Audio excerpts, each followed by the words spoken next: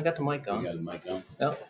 All right. All right. Good evening, everyone. Welcome to the Sphons CCW Live Show. Brought to you by Sphons CCW and the Minerva Sportsmans Club. Got some interesting stuff for tonight. First thing is the schedule. 9-6 CCW. We got one spot open for that one.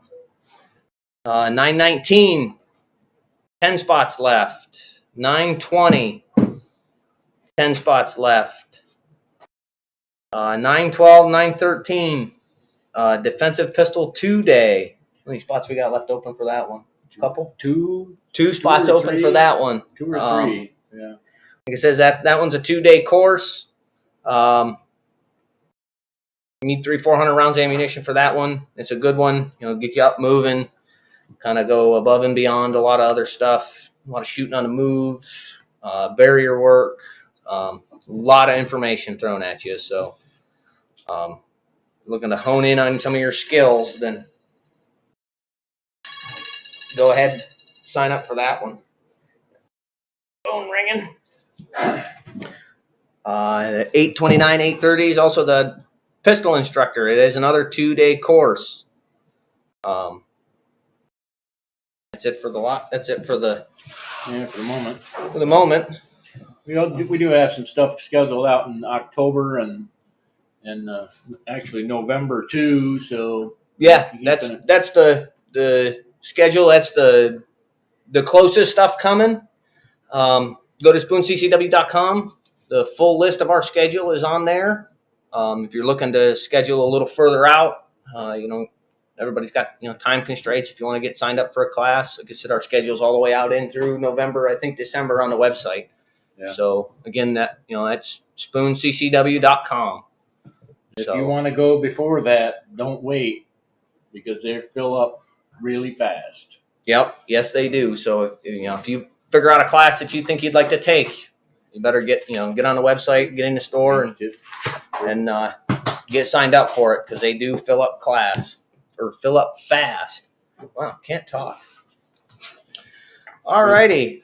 Range tip. Small targets. If you're using like an IPSC, go for the small target. It'd be the headshot box. Practice that. You start practicing on small targets and can get good groups with good speed on small targets. When it all kind of falls apart under that adrenaline dump, bad situation, then when your group size opens up underneath that, you've been practicing on that small size targets, your worst is going to be better than a lot of people's best. So yeah. And you can't practice that enough. The small targets and even with a small bullet, like you're using a 22 or something like that, you step back and put some distance on a 22, and it's really hard to maintain a good group with a handgun, because you don't have the velocity or the bullet mass to do anything. Short sight radius. Yeah. A lot of things that it'll really stress your fundamentals. Yeah. It'll really stress your fundamentals. Practicing distance from your target is always good. Distance equals time.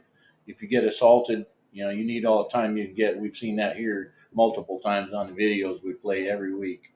And you need distance and time to defend yourself. And going right along with that, you need to be able to reload your pistol without thinking about it, or looking at the slide, or oh man, my gun is empty now, it's on slide lock. You need to do that automatically. And that takes a lot of practice in itself, and you burn time doing that. Oh yeah. When you got here, emergency and tactical reloads. Yeah. You've got to be good at doing the emergency reload, because that's slide lock. Oh crap! Used all the bullets. I got to get it up and running. But You also want to practice doing, what they call that tactical reload. Get step behind cover, take a knee. You always want to try and reload behind cover. So, use a piece of cover, a barrel, something like that. Take a knee behind it, and you fire 3-4 shots. Drop down behind your piece of cover, and stuff that full magazine in there. Retain that one. If if the situation has ended itself, then it's it's ended itself. But if they got a partner or the person decides to get back up, and you got to come back out from behind that cover and continue to use it and defend yourself. Right. Now you got a fully topped up gun, and you also you reloaded when you wanted to, and you didn't have to get into that emergency situation where, oh crap, I'm out of bullets, and this guy's still coming. Shit's still flying. So practice malfunctions. Have somebody load a dummy round in the magazine, an empty case. Yeah. Yep. Or Winchester in mine.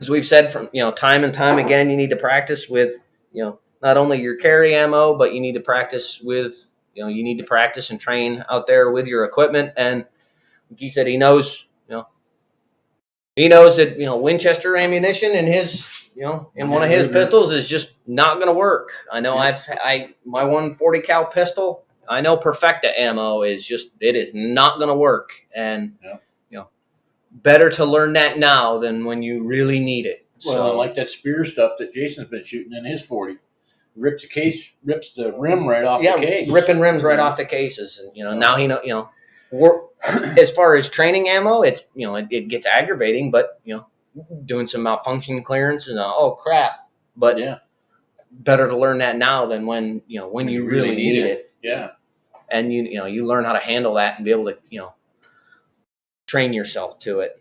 Yeah, that goes all along with confidence in your abilities. And that kind of segues right into that comment. Just kind of segues into the carry tip. Confidence in your training regimen and your abilities. You need to continue to train and build that confidence. You need to have that confidence that when I need to use this thing, I can do it. I can do it. And another part of that is carry your gun. We hear so many people that, oh, I've got it here, I've got it here, I've got it here, and we've shown video after video after video of I get it. You want home defense. You want something for home defense, and statistically, the home invasion, that home invasion robbery where you have to defend yourself is, especially as far as home robberies go, is the least likely to happen. Most robberies into your home are going to happen between 10 and 3 when you're at work. So these they don't want to these criminals are these criminals they're like cockroaches. They don't want to encounter anybody. They just want your stuff. So but time and time and time again, they're predators of opportunity. They're looking for you at essentially the watering hole.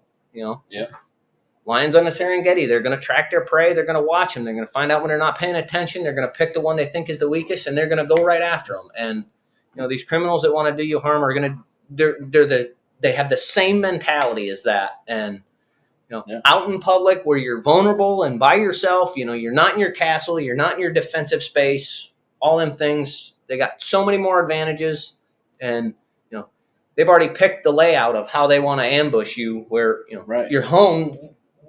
You've got the opportunity to ambush them because they don't have, they come in your house with the lights off. They don't know, they don't know what's out on the floor. You go to bed, you got kids, that, that stuffed teddy bear was on the floor. If you got to get up in the middle of the night, you still know it's on the floor where it was the last time you saw it. And so, best home defense I've seen is just take a bunch of Legos and put them on the ground.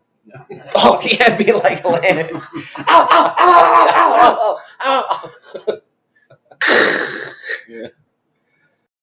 But carry your gun. Out in public those are going to be that's going to be the times where they're looking to ambush people. We hear it a lot. I don't carry my gun because I'm just not confident in having it on me. It's like, just put it on, unload it. Just put it on, carry it around. Carry it around the house. Yeah, carry it around the house. Carry it with you. Go out in the yard, wherever.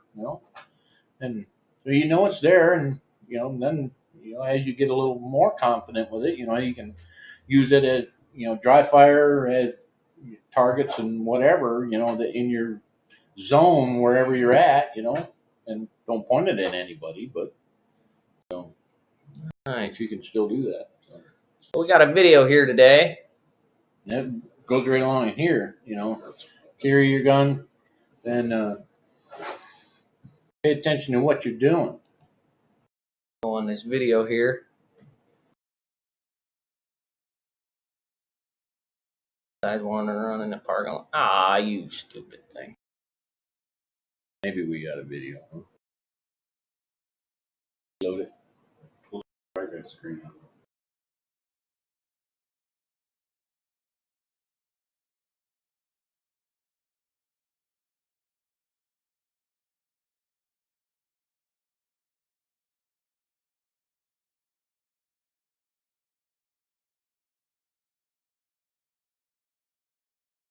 Technical, there we go. Technical difficulties. Yep, there we go. Move it back down here into.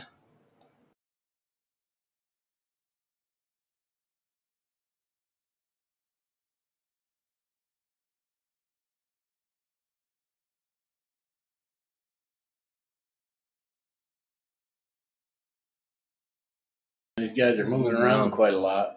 Yeah, you can see them. They're watching. Oh, yeah. Right. This woman's getting in her car. Getting in her car.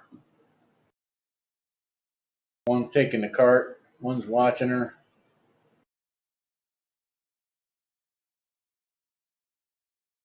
One just got in the back seat with her.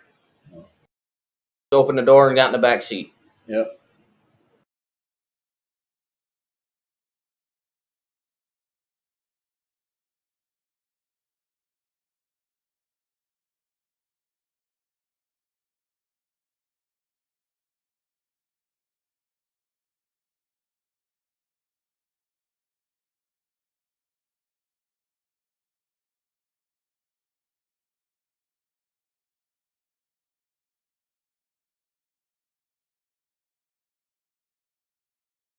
Yeah.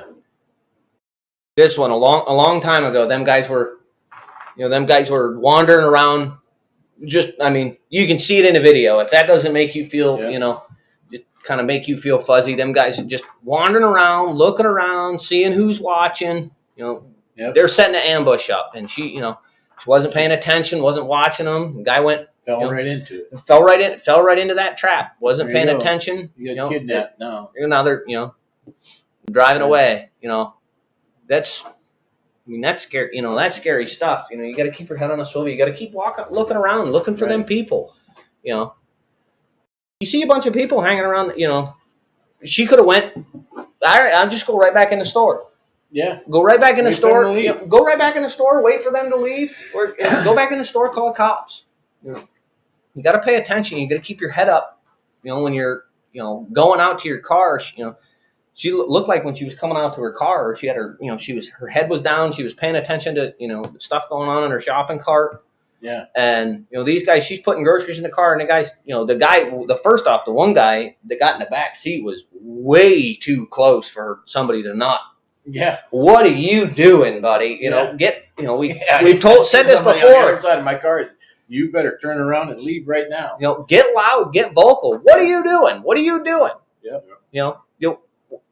You start asking somebody, what are you doing? What are you doing near my car? What's going on? There's nothing here worth dying for. Worse, you might get embarrassed. So the guys, I dropped something, or legitimate something. Pick it up and get out of here. Or paying attention. You're walking through the parking lot. You see a couple of guys that, man, this just doesn't feel right. It looks suspicious. That's right. That's the first thing.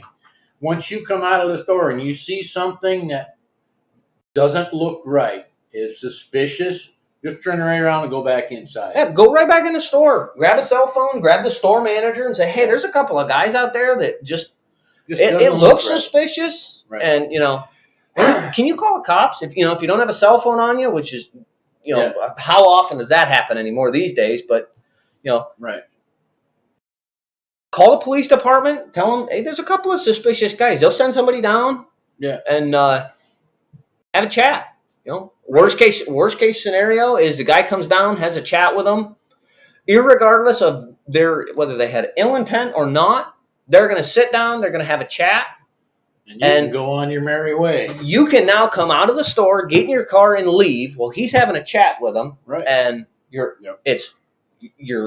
away safe. You know, and once you get in your car, it's a good idea. Lock your doors. Hit that door lock. You see somebody walking up on either of your doors, just reach down and hit the lock. Hit the door lock. Hit that door lock. Even around here, I see people standing. I was over here at Circle K last night, and there was a bunch of kids hanging around 2 cars in the parking lot. When I got there, okay, so I got out, went inside, came back out. They're still hanging around. Turned the key on, hit the lock. Yeah, it's like I ain't even going to deal with it. Hit the lock. It slows everybody down trying to get in your car. Right. And the other one was doing FBI doing studies on car accidents. They found that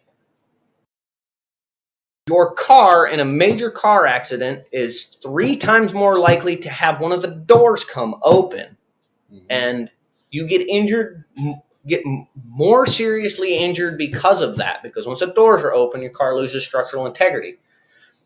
But you're 3 times more likely to have the doors open if they're unlocked than if they're locked. If they're locked, it's harder if you're in a serious automobile accident for the doors to pop open. So there's a multitude of reasons to keep your doors locked. But this is a big one. You get in the car, lock the doors, drive away. Now you're in a 4,000 pound weapon that person starts trying to get to you through the car. Yeah. Oh, sorry, man. I just ran over you. And now you've also started, here in Ohio, you've also started now you've also introduced castle doctrine into your plan. So now you've taken another step in the legal fight to help you. Yep. So, but yeah, definitely in that one, she should have spotted that long before and just went back in the store and called the cops. Let them guys go have a chat with them. Right. Exactly. Hit the panic button. Yeah. Hit the panic button. Get eyes on it. Right. Like you said, be loud. Be loud. Hit the panic button. Be loud. Start drawing attention. The guys, you could tell they were looking around, looking for, is anybody watching me? And when they figured out that nobody was watching, and we got somebody that's not paying attention, they pounced. Yeah. They just pounced right on them. Like lions to the prey. Yeah, exactly. Hit that panic button. Get everybody's eyes on it. They'll probably run. So, a lot of stuff to think about, and you really got to, keep your head on a swivel, pay attention, think about those color codes that we've talked about, and trust your gut, trust your instinct. In worst case, like I said,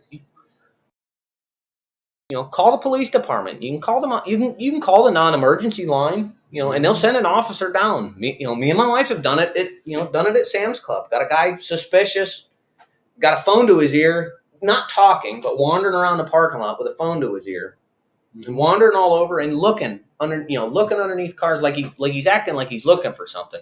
And it was just way too suspicious. And we called Jackson PD. Send somebody up here and have him talk with this guy. I'm like, all right, we'll be right up. Yeah. So he figured my wife tried taking a picture of him real sneaky, and he spotted that and took right off. So were we at the time, did I think, well, maybe he is, it's possible. It seems suspicious, but it's possible. Maybe, he dropped his wallet and looking around the parking lot. And then, so we called, said something. Then when he spotted her trying to take a picture of him, and he freaking wheeled around and hightailed it. It's something no good was up with that. Yep, you got it. So, all right, moving on, some stories. This one's kind of funny.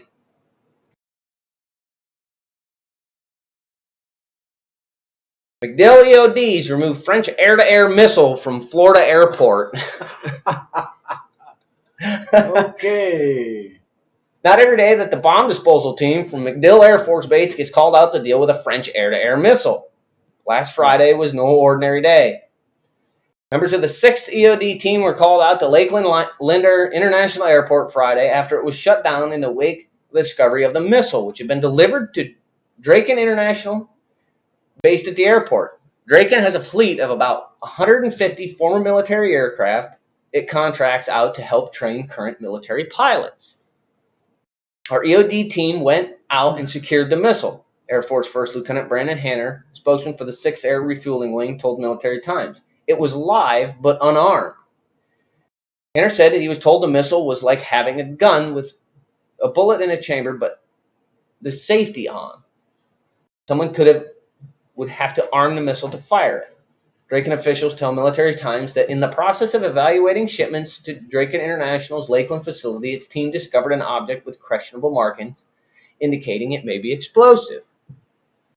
Adhering to the explosive safety rule of exposing the minimum amount of people for the minimum amount of time into a potential explosive hazard, we made the decision to evacuate the facility, inform our surrounding tenants, and contact the appropriate authorities as soon as possible. Draken officials said in a statement, those authorities responded quickly, rapidly, assessed the situation, and followed their proven protocols. Draken International takes our role in all of the communities we operate in seriously, and we have long-standing operating procedures to ensure we perform safely and reliably every day. Hanner described the missile as a French-made S-530 air-to-air missile. That it was a French air-to-air missile made it kind of unique for our team, said Hanner. It was manufactured outside the U.S., but we used the same protocol to respond and secure it. How the hell did they get it in the United States? I don't know. After receiving a call from officials in Lakeland, the 6th Air Refueling Wing's Logistics Readiness Squadron sent a flatbed truck to pick up the missile, which was in a container. The MacDill crews, working with ATF and the Lakeland Fire Department, secured the missile and brought it back to the base, where it is currently being stored until it can be disposed. It is not likely going to be here, Hanner said. It's too big for our range. It will have to be taken off-site to dispose of. Though the airport was shut down and businesses evacuated, the timing worked out for Draken's next-door neighbor, the NOAA Aircraft Operations Center. Home to the two WP-3 Orion Hurricane Hunters named Kermit and Miss Piggy, and a G4 jet named Gonzo, the NOAA AOC had already completed its missions for the week by the time the alert went on. The airport director texted me and explained the situation. Carl Newman, deputy director of the NOAA AOC, told Military Times. It was roughly 2:25 p.m. and we only had a few employees left at the center, having completed our objectives for the week. We simply cleared out and did not affect our work, luckily. We were all very lucky, for which I am thankful. My other question was all three aircraft were in the hangar at the time of the incident, Newman said. Who is missing that? Yeah, who's missing it? We're missing it. We're missing a missile. Yeah. Where did it go? we don't know. Hey, numbnuts! It showed up in Florida. Yeah, loaded the wrong plane in France, apparently. Evidently. I wonder which TSA guy's getting fired for that one. Yeah. It's like, uh-oh. Oops. We're sending missiles to the United States. Oh, shit.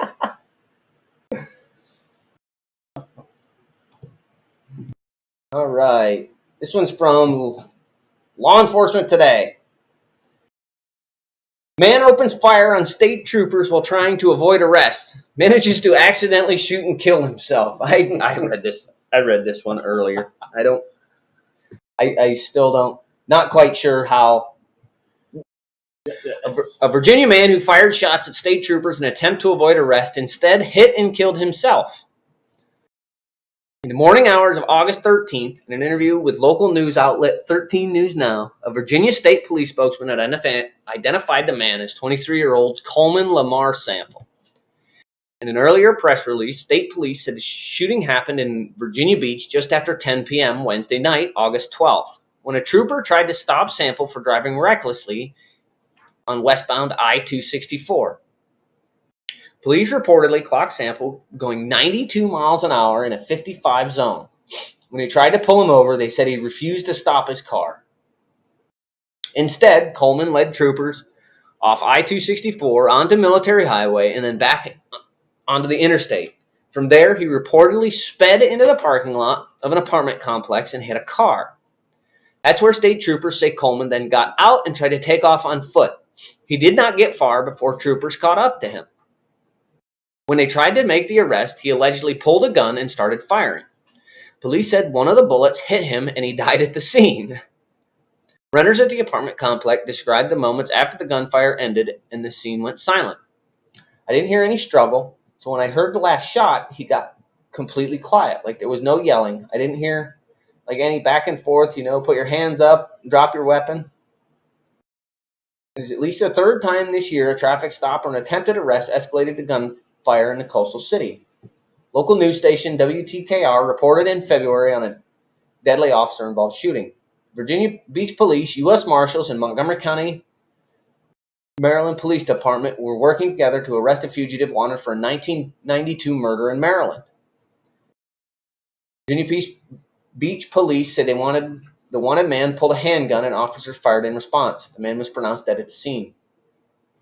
Neighbors caught the confrontation on cell phone video. The 8-minute-long video captures officers first asking the suspect to put the gun down, then pleading with him for several minutes before the negotiations ended in gunfire. No officers were hurt. In March, an attempt to serve a felony warrant escalated to an officer-involved shooting as well. Police told WTKR that they were attempting to serve the warrant on a Friday morning at the Virginia Beach oceanfront and engaged the suspect in the area. Shots were fired and the suspect was fatally wounded. Officers say they immediately began rescue efforts, but the man died at the scene. No officers were hurt in the March incident either. The Washington Post purports to keep record of every police-involved shooting in the country since 2015. The paper says its data is crowdsourced from news outlets and social media posts. The Post data relies primarily on news accounts, social media postings, and police reports. Analysis of more than 5 years of data reveals that the number and circumstances of fatal shootings and the overall demographics of the victims have remained relatively constant. According to the paper's records, U.S. police have had to use deadly force 988 times in the past year. And this goes on to go about a bunch more about Richmond and New York City. How much you want to bet that guy went like this? Bang. Himself right in the femoral. Probably. Or shot himself in the stomach. Stomach, femoral artery. Yep. Drawing that gun and shot Well, it was probably tucked into his pants. Tucked into his waistband. Or he had it in his waistband and just reached in there. Yep. I'm sure, no holster, nothing like that. And up, no training. No, nothing. Yeah. Decided to,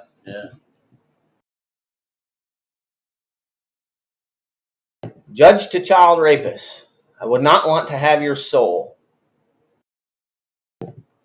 I don't see anything wrong with that. Massillon man gets 15-year prison term in child rape case. Fuming with anger, Kent and Stark County Common Pleas Judge Frank Forshone told a Massillon man he was getting a 15-year prison term for raping a young girl. But Forshone said that wasn't nearly long enough.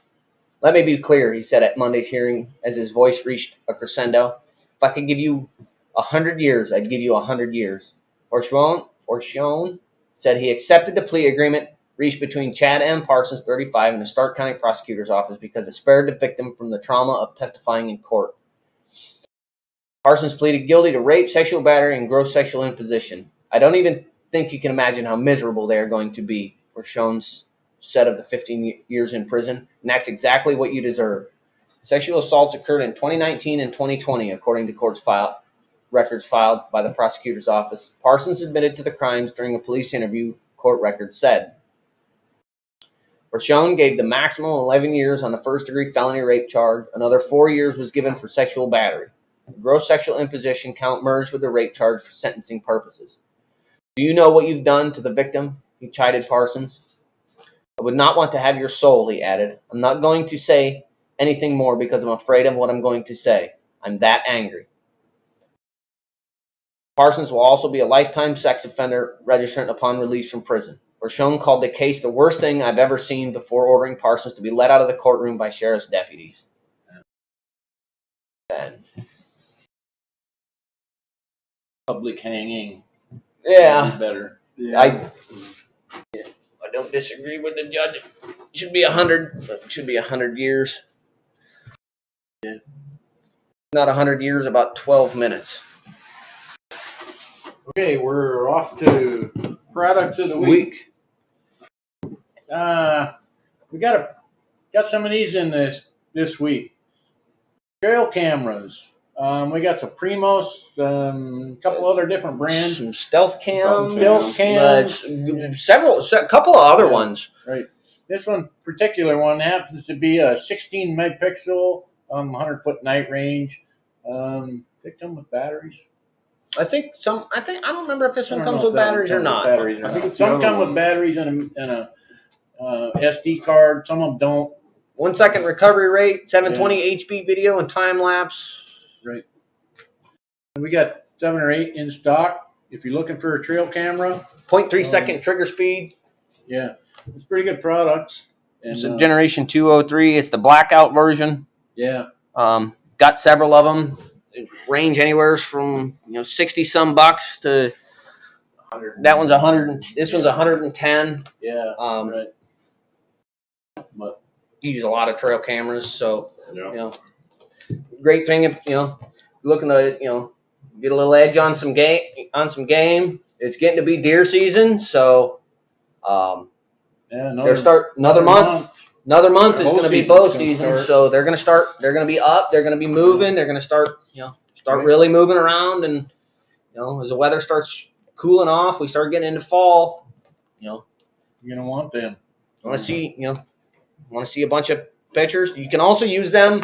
You can put these, mount them several different angles, and if you mount them, like way up high, down at an angle like this, you can mount them way up high out of arm's reach. You can mount one on the corner of your house, and you might probably going to need a ladder to get the SD card out of it. But keep an eye on the two-legged critters. Keep an eye on the two-legged critters. There's I got some posts of I know a couple months ago there was some small time little mostly stealing stuff out of cars, tools out of sheds, stuff like that in Malvern, Minerva area. Seen a lot of posts on Facebook about that, and put something like this up out of arm's reach near something. You get a little boat or something, put it up there. You can somebody swipes it, but you might be able to catch a picture of them. Yep. So and they do all the ones I've run, they get great night shots. A lot of them you can do video, time lapse video, a lot of cool stuff. So.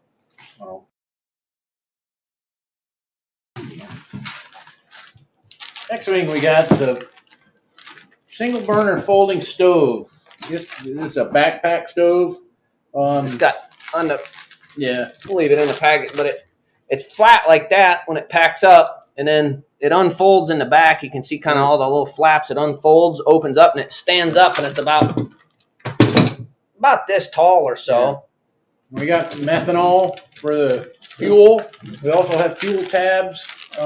If you're into stuff like that, if you're out in the morning, in the woods and it's cold, you can heat up some coffee. Yeah. Water to make hot chocolate or whatever. These are the fuel cans, like you said. Cans. We got You can reseal those, can you? Yeah, you can pop the lid back on them, and nice thing. You can light it, set it down, put your stove on there.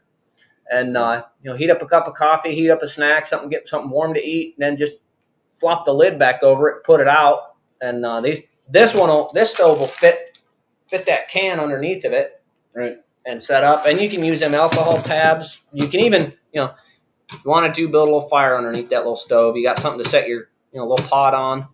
And a lot of times if I'm going to do 12, 14 hours in the woods. Something like this metal cup. Yeah, I'll take. These work good.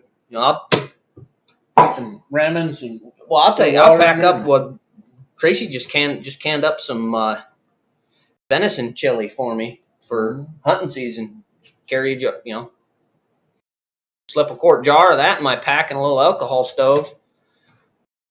If I get real hungry, go through all my snacks, or it gets real cold or something, I can just flop that alcohol stove out and light it, pour it in, keep a little tin cup in there, pour it in there, warm it up. Right. Nice full belly, something nice and hot to eat. Yeah. Right there in the, right there in the middle of the woods. They're lightweight. These are lightweight, but they're pretty sturdy. And I can remember years ago I had one of these, and man, I had it for like 10 years, and it finally got smashed by a car tire.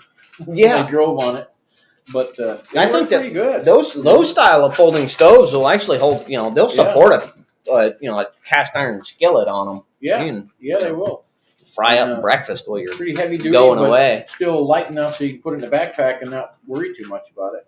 And then the alcohol, the fuel tabs, put 2 or 3 in them, you could go for the weekend. So yeah, yeah.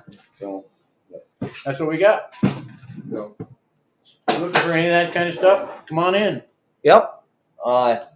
Thanks for watching, guys. Have a safe weekend. Don't forget to check us out on YouTube. Like, subscribe, share, our YouTubes and our Facebook posts. And have a good weekend, guys. Thanks for watching.